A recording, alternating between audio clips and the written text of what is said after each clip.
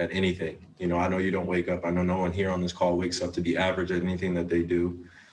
And we look very average, you know, and we have the talent that the eye test presents that we should be dominating. You know, we have the experience in terms of some of our guys that have been through certain things, circumstances to be able to battle through. And we're dealing with a lot of the reality that we're putting this together on the fly. So here's the thing. And Kyrie actually had a pretty thoughtful press conference. There was at one point, he was like, we're up against the refs. We're up against guys being pulled out due to COVID. We're on national TV too much. A little excuse making, but most of it was pretty thoughtful.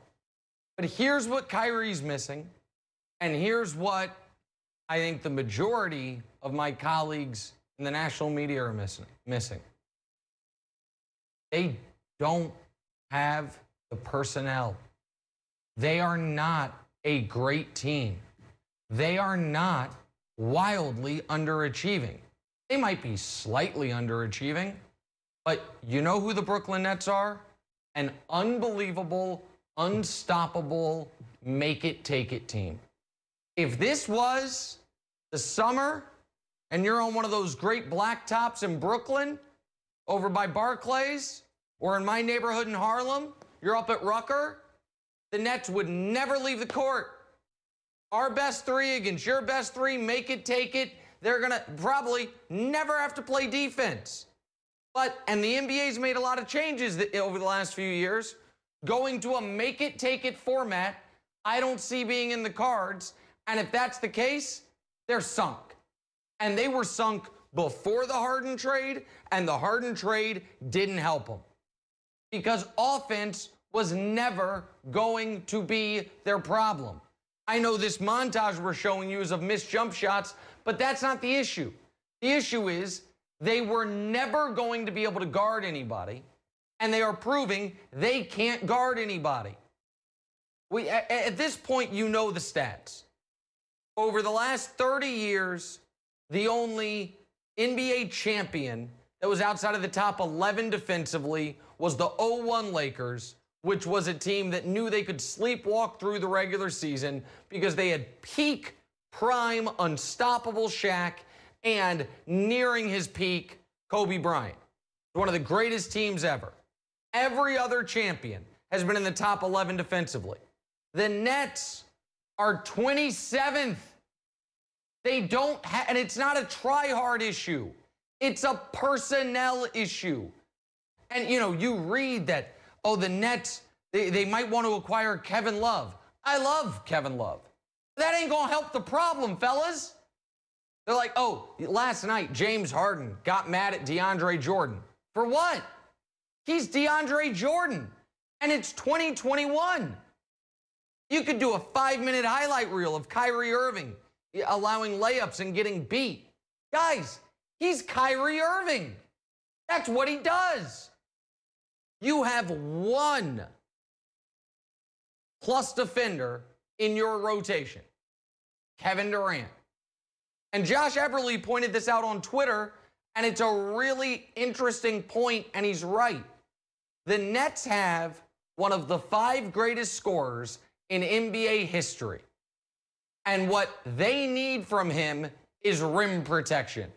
What they need from him is lockdown defense. What they need from Kevin Durant is not scoring, which is what he does as well as nearly anyone in the history of the league.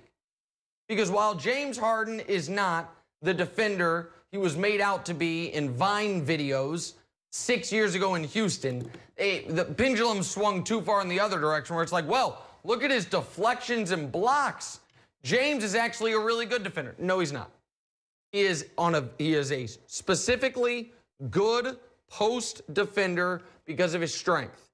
But on the ball and off the ball defense, on the ball, he's average at best. Off the ball, he's bad.